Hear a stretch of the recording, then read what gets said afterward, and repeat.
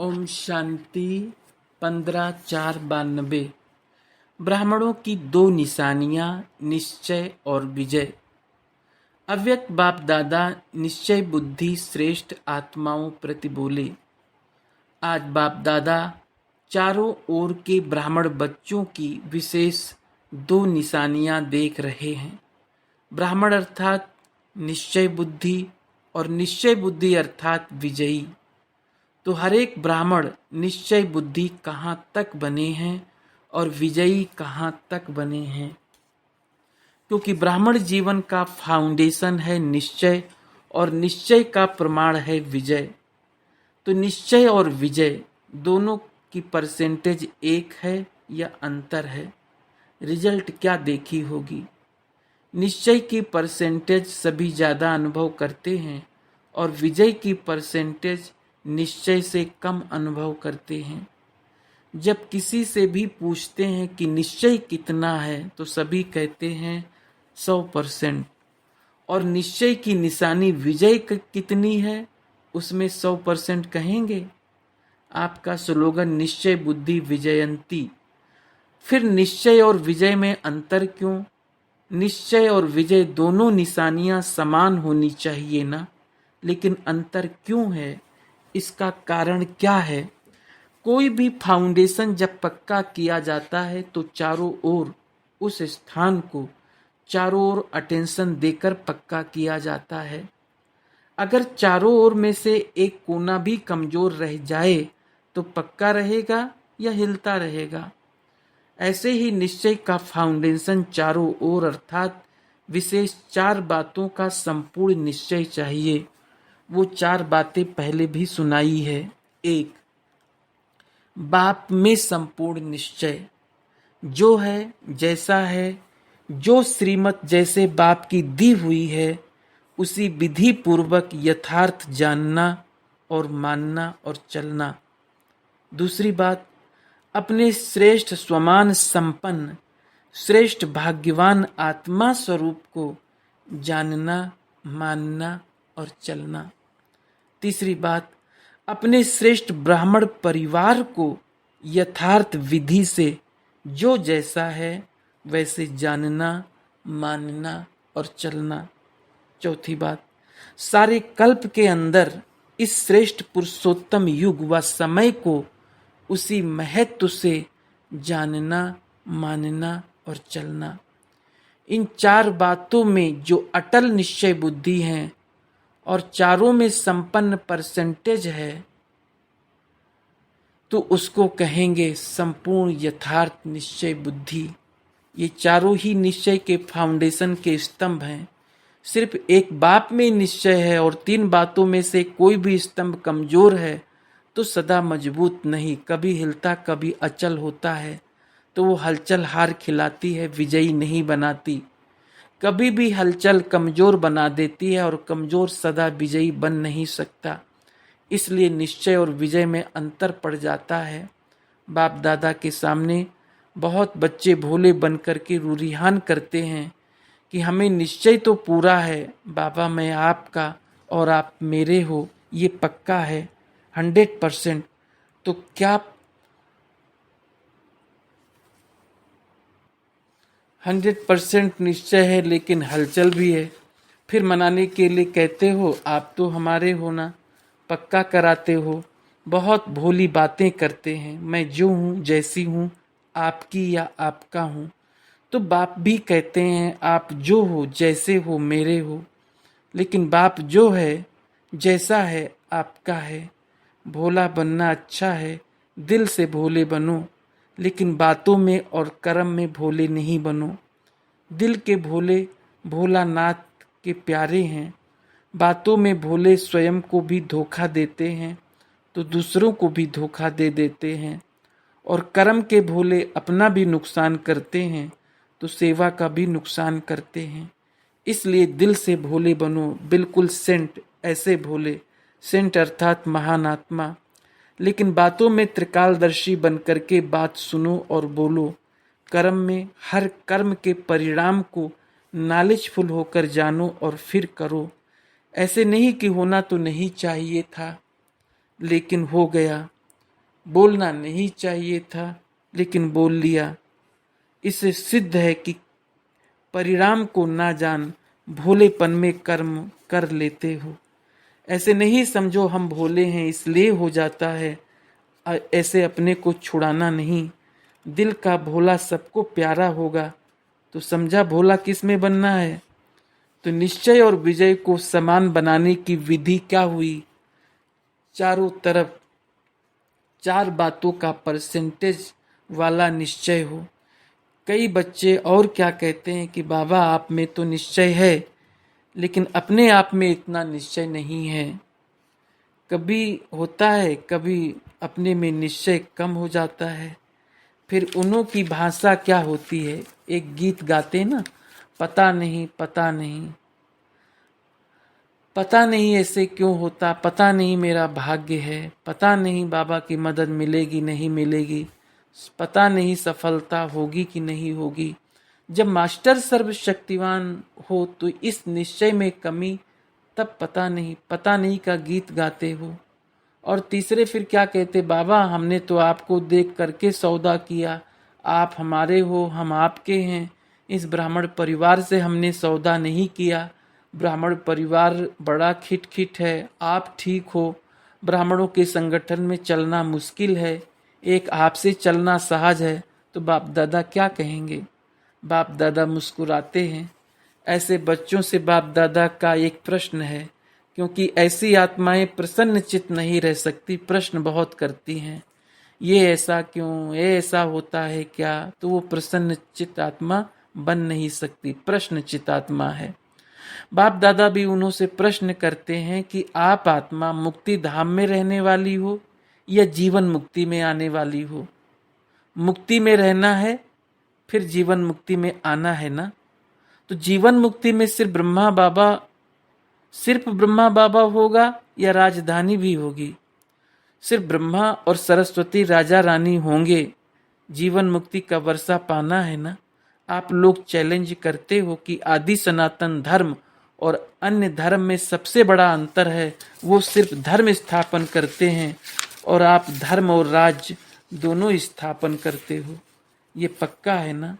धर्म की स्थापना और राज्य की भी स्थापना कर रहे हो ना। तो राज्य में क्या होगा? सिर्फ एक राजा एक रानी होंगे, एक राजा रानी और आप एक बच्चा या बच्ची, बस ऐसा राज्य होता है? तो हमें राजधानी में आना है, ये याद रखो। राजधानी में आना अर्थात ब्राह्मण परिवार में संतुष्ट रहना और संतुष्ट करना, श्रेष्ठ संबंध में आना। अभी बाप दादा पूछेंगे सभी से कि आप माला में आना चाहते हो, या कहेंगे माला से बाहर रह गए तो भी ठीक है, हर्जा नहीं, माला में आना है, चाहे 108 में आओ चाहे 16,000 में आओ, लेकिन आना है व नहीं। हाँ जी। फिर अभी ब्राह्मण परिवार से क्यों घबराते हो? जब कोई बात होती है तो क्यों कहते हो हमारा तो बाबा है, बहनें क्या करेंगी, भाई क्या करेंगे? हमने भाई बहनों से वायदा नहीं किया है, लेकिन ये ब्राह्मण जीवन शुद्ध संबंध का जीवन है, माला की जीवन है। माला का अर्थ ही है संगठन। ब्राह्मण परिवार के निश्चय में अगर कोई संशय आ जाता है, व्यर्थ संकल्प आ जाता है, तो वो निश्चय को डगमग कर देता है, हलचल में लाता है। बाबा अच्छा, ज्ञान अच्छा, लेकिन ये दादियाँ अच्छी नहीं, टीचर्स अच्छी नहीं, परिवार अच्छा नहीं, ये निश्चय बुद्धि के बोल हैं। उस समय निश्चय बुद्धि कहें कि संकल्प बुद्धि कहें, व्यर्थ संकल्प प्रसन्न चित्त बुद्धि रहने नहीं देते। तो समझा निश्चय की विशेषता क्या है। चौथी रूह रिहान क्या करते हैं? वो फिर कहते हैं कि समय श्रेष्ठ है, पुरुषोत्तम युग है, आत्मा परमात्मा के मेले का युग है, ये सब मानते हैं। फिर क्या कहते हैं? अभी थोड़ा समय तो है ही, इतने में विनाश तो होना नहीं है। ये तो स्थापना के समय से कहते आए हैं कि विनाश होना है, दूसरी दिवाली नहीं आनी है। तो विनाश की बातें तो स्थापना के समय से चल रही है। विनाश कहते कहते कितने वर्ष हो गए, अभी भी पता नहीं विनाश कब हो। थोड़ा सा अलबेले के, आलस्य के, ढीले पुरुषार्थ के डनलप के तकिए में आराम कर ले, समय पर ठीक हो जाएंगे। बाप को भी ये पक्का कराते हैं कि आप देखना हम समय पर बहुत आगे नंबर ले लेंगे। लेकिन बाप दादा ऐसे बच्चों को सदा सावधानी करते हैं कि समय पर जागे और समय प्रमाण परिवर्तन किया तो ये कोई बड़ी बात नहीं है। समय के पहले परिवर्तन किया तो आपके पुरुषार्थ में ये पुरुषार्थ की मार्क्स जमा होगी, और अगर समय पर किया तो समय को मार्क्स मिलेगी, आपको नहीं मिलेगी। तो टोटल रिजल्ट में अलबेले या आलस की नींद के कारण धोखा खा लेंगे। ये भी कुंभकर्ण की नींद का अंश है, बड़ा कुंभकर्ण नहीं है, छोटा है। फिर उसको क्या कहेंगे? अपने को बचा सका? नहीं बचा सका ना। तो अंत समय में भी अपने को फुल पास के योग्य नहीं बना सकेंगे, समझा? कभी कैसी रूरियान करते हो, कभी बहुत हिम्मत की भी करते हो, कभी नाज नखरे की भी करते हो, और कभी खिटपिट की भी करते हो। आज इस वर्ष के सीजन का संपन्न है, समाप्ति नहीं कहेंगे, संपन्न हो रहा है, इसलिए रिजल्ट सुना रहे हैं। तो अभी क्या करना है, चेक करो कि निश्चय के फाउंडेशन को चारों ओर मजबूत है, या चारों में से कोई बात में मजबूत होने के बजाय बातों के कारण मजबूर हैं, ये चेक करो। अभी फिर तपस्या करनी है ना। पहले भी सुनाया कि प्यार का सबूत देना है, और प्यार का सबूत है समान बनना। और दूसरी बात क्या करेंगे, ये वर्ष का होमवर्क दे रहे हैं, एक वर्क तो सुना। दूसरी बात, अपने चारों ओर के फाउंडेशन को पक्का करो, एक भी बात में कमजोर नहीं हो, तभी माला के मड़के बन पूज्य आत्मा व राज्य अधिकारी आत्मा बनेंगे। क्योंकि ब्राह्मण से देवता बनना है, सिवाय ब्राह्मण के देवता नहीं बन सकते। ब्राह्मणों से निभाना अर्थात दैवी राज्य के अधिकारी बनना, तो परिवार से निभाना पड़ेगा, हलचल को समाप्त करना पड़ेगा, तब निश्चय और विजय दोनों की समानता हो जाएगी। ये अंतर मिटाने का महामंत्र है। चारों ओर मजबूत होना, चार ही निश्चय के परसेंटेज समान बनाना है, समझा? होमवर्क स्पष्ट हुआ ना? अच्छे स्टूडेंट हो ना? या कहेंगे अपने सेंटर के होम में गए, प्रवृत्ति के होम में गए तो होम में ही होमवर्क रख कर आए, ऐसे तो नहीं कहेंगे ना। होशियार स्टूडेंट की निशानी क्या होती है? होमवर्क में भी नंबर 1, तो प्रैक्टिकल पढ़ाई में भी नंबर 1, क्योंकि मार्क्स जमा होती है। अच्छा, और क्या रिजल्ट देखी? वर्तमान समय बच्चों की 2 होशियारी देखी। अपनी होशियारी तो जानते हो ना। पहली होशियारी क्या देखी? स्व को देखना और पर को देखना। स्वदर्शन चक्रधारी बनना या परदर्शन चक्रधारी बनना, 2 बातें हैं ना। मेजॉरिटी किसमें होशियार हैं? बाप दादा ने पहले भी सुनाया कि कई बच्चों की नज़दीक की नज़र बहुत तेज हो रही है, और कई बच्चों की दूर की नज़र बहुत तेज हो रही है। लेकिन मेजॉरिटी की दूर की नज़र तेज है, नज़दीक की नज़र कुछ ढीली है। देखना चाहते हैं लेकिन स्पष्ट देख नहीं पाते हैं। और फिर होशियारी क्या करते हैं, कोई भी बात होगी तो अपने को सेफ रखने के लिए दूसरों की बात बड़ी करके स्पष्ट सुनाएंगे, अपनी बड़ी बात को छोटा करेंगे और दूसरे की छोटी बात को बड़ा करेंगे। ये होशियारी मेजॉरिटी में देखी। दूसरी होशियारी क्या देखी? आजकल एक विशेष भाषा बहुत यूज करते हैं कि हमसे असत्य देखा नहीं जाता, असत्य सुना नहीं जाता। असत्य को देख, झूठ को सुन करके अंदर में जोश आता है। तो ये भाषा राइट है?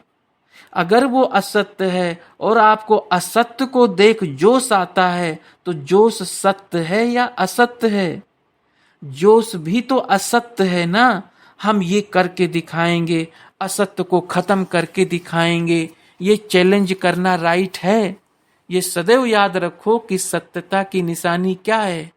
जो स्वयं सत्यता पर है और असत्य को खत्म करना चाहता है, लक्ष्य तो बहुत अच्छा है, लेकिन असत्यता को खत्म करने के लिए अपने में भी सत्यता की शक्ति चाहिए। आवेशता या जोश ये सत्यता की निशानी नहीं है। सत्यता में जोश आएगा तो अगर झूठ को देख करके मुझे गुस्सा आता है तो ये राइट है। कोई आग लगाएगा तो सेक नहीं आएगा कि सेक प्रूफ हो सकते हैं। अगर हमें नॉलेज है कि ये असत्यता की आग है और आग का सेक होता है, तो पहले अपने को सेफ रखेंगे ना। सेक में थोड़ा सा जल भी जाए तो चलेगा, हर्जा नहीं। तो सदैव ये याद रखो कि सत्यता की निशानी है सभ्यता। अगर आप सच्चे हो, सत्यता की शक्ति आप में है, तो सभ्यता को कभी नहीं छोड़ेंगे। सत्यता को सिद्ध करो, लेकिन सभ्यता पूर्ण। अगर सभ्यता को छोड़कर असभ्यता में आकर के सत्य को सिद्ध करना चाहते हो, तो वो सत्य सिद्ध नहीं होगा। आप सत्य को सिद्ध करना चाहते हो, लेकिन सभ्यता को छोड़ करके सत्यता को सिद्ध करेंगे तो वो जिद हो जाएगा, सिद्ध नहीं। असभ्यता की निशानी है जिद और सभ्यता की निशानी है निर्माण।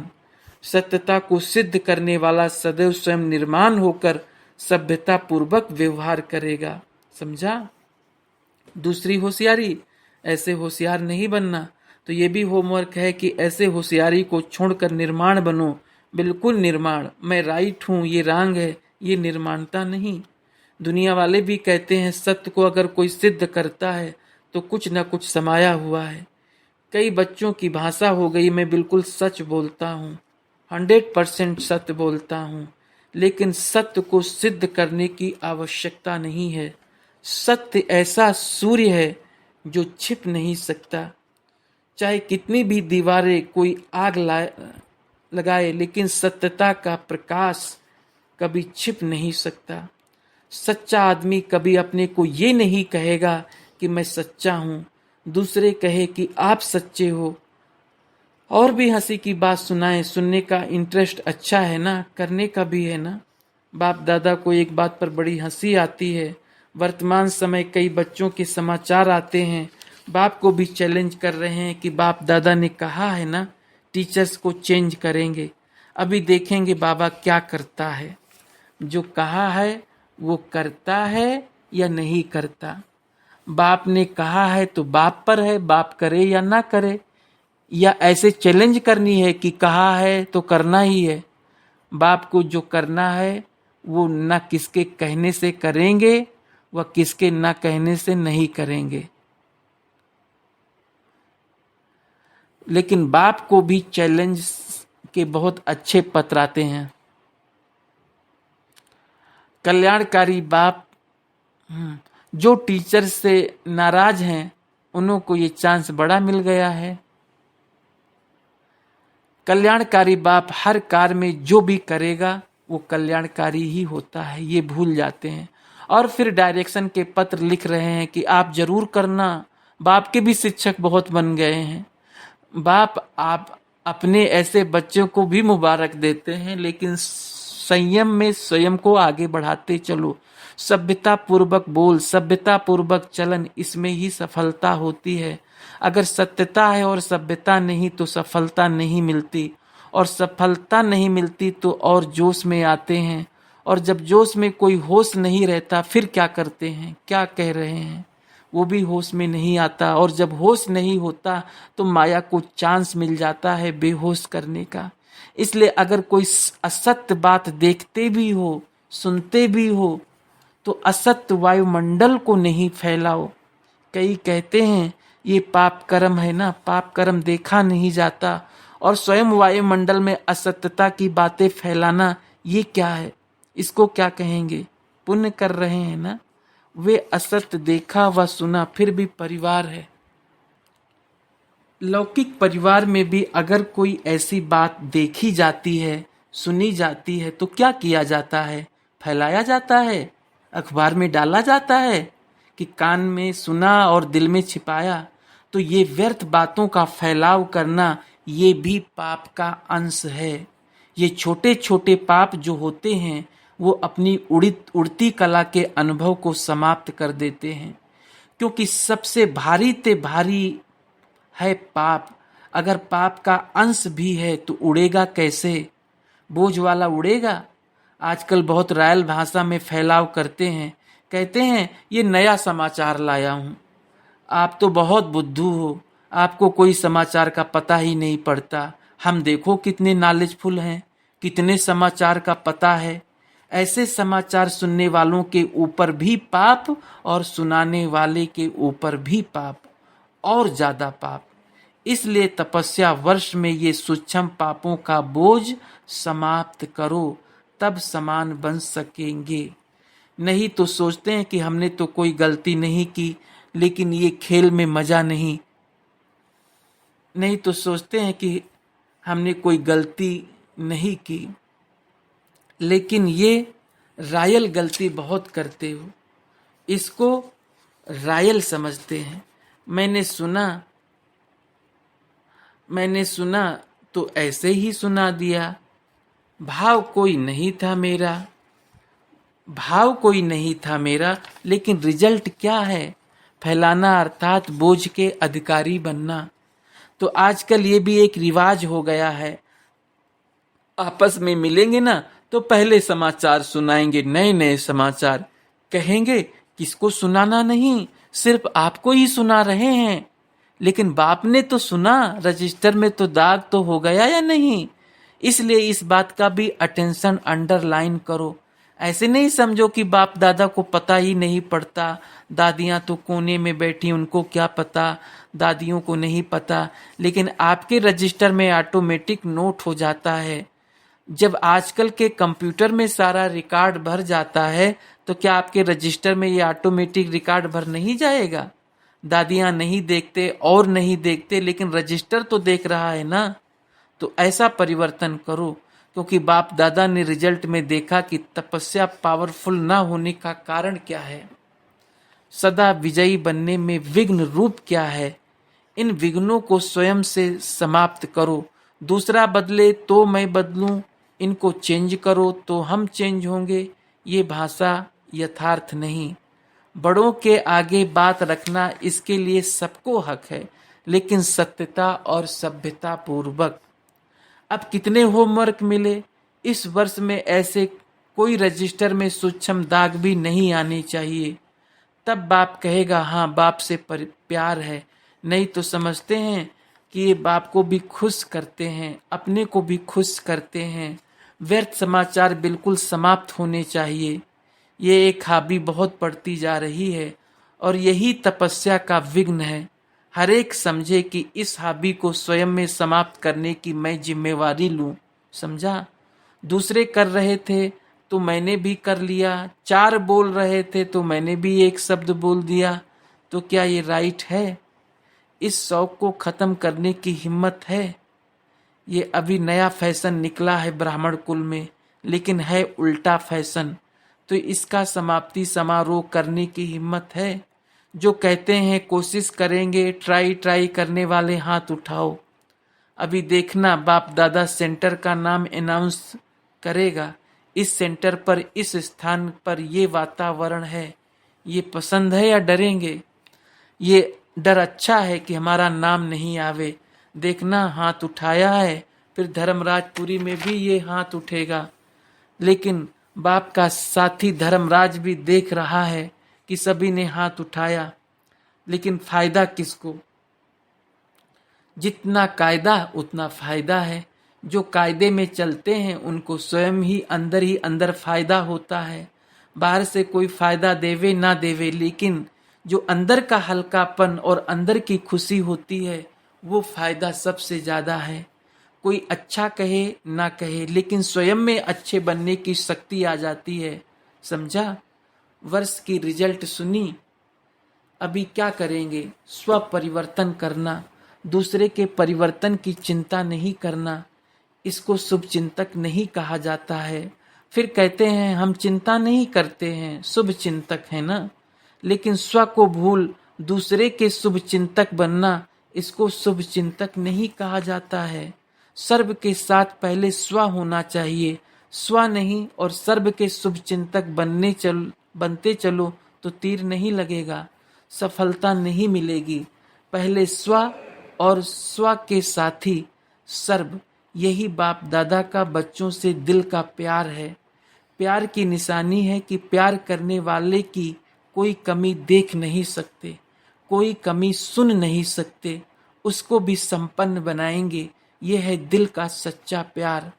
बाप दादा दिल वाला है, इसलिए दिल का प्यार है। हर एक बच्चे को समान और श्रेष्ठ देखने चाहते हैं। हर एक बच्चे को सफलता मूरत देखना चाहते हैं। मेहनत मूरत नहीं, सफलता मूरत। अच्छा, आज बड़ा डोज मिला है, हजम करने की शक्ति है ना। घबरा तो नहीं गए कि आज बाप दादा ने ये क्या कह दिया। अच्छा, चारों ओर के सदा निश्चय बुद्धि श्रेष्ठ आत्माओं को, सदा निश्चय और विजय को समानता में लाने वाली तीव्र पुरुषार्थी आत्माओं को, सदा स्वमान में रह स्व परिवर्तन और सर्व के परिवर्तन के यथार्थ कल्याण की भावना रखने वाली आत्माओं को, सदा बाप के समान बन प्यार का सबूत देने वाली आत्माओं को, सदा यथार्थ रूरिहान कर व्यर्थ बातों को समाप्त करने वाली आत्माओं को दिल वाला बाप दादा का याद प्यार और नमस्ते। दादियों से अव्यक्त बाप दादा की मुलाकात। निर्विघ्न सीजन संपन्न हुई। साक्षी होकर भिन्न भिन्न खेल देखने में मजा आता है ना। और खेल का अर्थ ही है भिन्नता। अगर भिन्नता नहीं हो तो खेल में मजा नहीं। इसलिए हर बात में अच्छा अच्छा कहते अच्छा बनते जाते, और हर बात में अच्छाई समाई हुई जरूर होती है। चाहे सारी बात बुरी हो लेकिन एक दो अच्छाई भी जरूर होती है। वो अच्छा ही पाठ पढ़ाती है।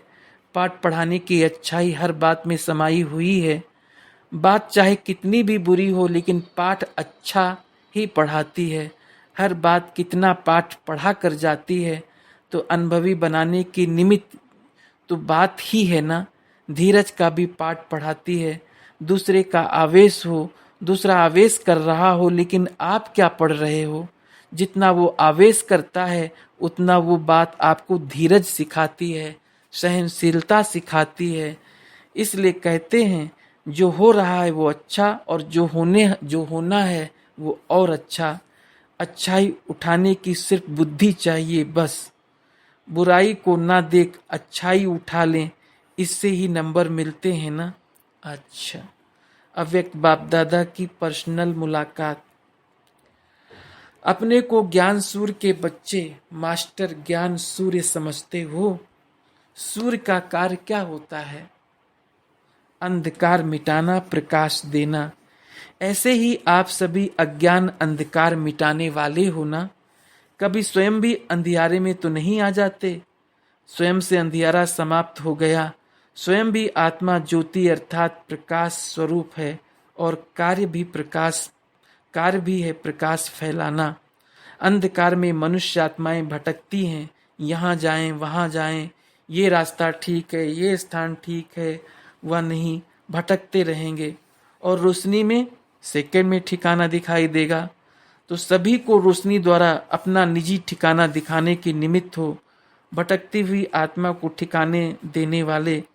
अगर कोई बहुत समय से भटकता रहे, उसको कोई ठिकाना मिल जाए तो ठिकाना दिखाने वाले को कितनी दुआएं देगा। तो आप भी जब आत्माओं को रोशनी द्वारा ठिकाना दिखाते हो तो दिखाने का अनुभव कराते हो, तो आत्माओं द्वारा कितनी दुआएं निकलती है। और जिसको दुआएं मिलती वो सदा आगे बढ़ता जाता है।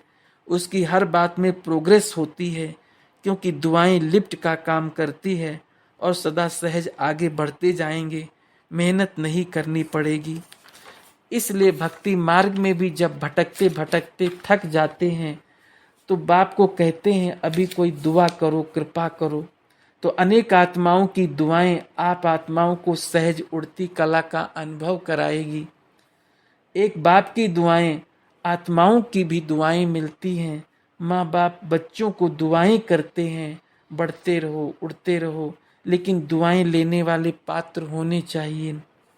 बाप सभी को देता है लेकिन लेने वाले पात्र हैं तो अनुभव करते हैं, और पात्र नहीं तो दाता देता है लेकिन लेने वाला नहीं लेता। पात्र बनने का आधार है स्वच्छ बुद्धि, स्वच्छ मन और स्वच्छ बुद्धि। जिसकी स्वच्छ बुद्धि, स्वच्छ मन है, वो हर समय बाप की आत्माओं की दुआएं स्वतः अनुभव करते हैं।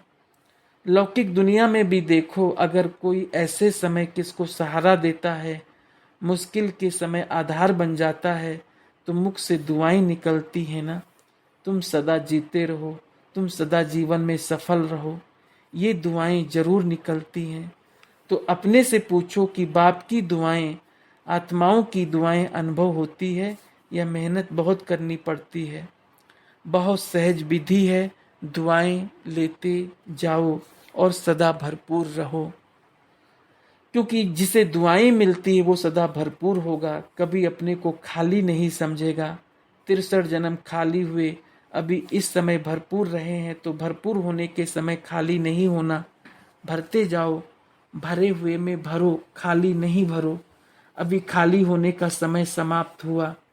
सभी खुश रहते हो, कैसी भी परिस्थिति आ जाए, कितना भी बड़ा विघ्न आ जाए, लेकिन खुशी नहीं जाए। विघ्न आता है चला जाएगा, लेकिन अपनी चीज क्यों चली जाए। तो खुशी अपनी चीज है, बाप का वर्षा है ना खुशी। तो विघ्न आता और चला जाता है। जब भी विघ्न आए ना, तो ये सोचो ये आया है चले जाने के लिए। कोई घर का मेहमान आता है, ऐसे नहीं मेहमान होकर आया और सारी चीजें लेकर गया। तो विघ्न आया और चला जाएगा, लेकिन आपकी खुशी नहीं ले जाए। सदा खुशी साथ रहे। बाप है अर्थात खुशी है। अगर पाप है तो खुशी नहीं, बाप है तो खुशी है। तो सदा खुश रहो। हर एक समझे कि मैं खुश रहने वाला हूँ। खुश रहने वाले को देख दूसरा भी खुश हो जाता है। रोने वाले को देखेंगे तो दूसरे को भी रोना आ जाता है। अच्छा, ओम शांति, ओम शांति।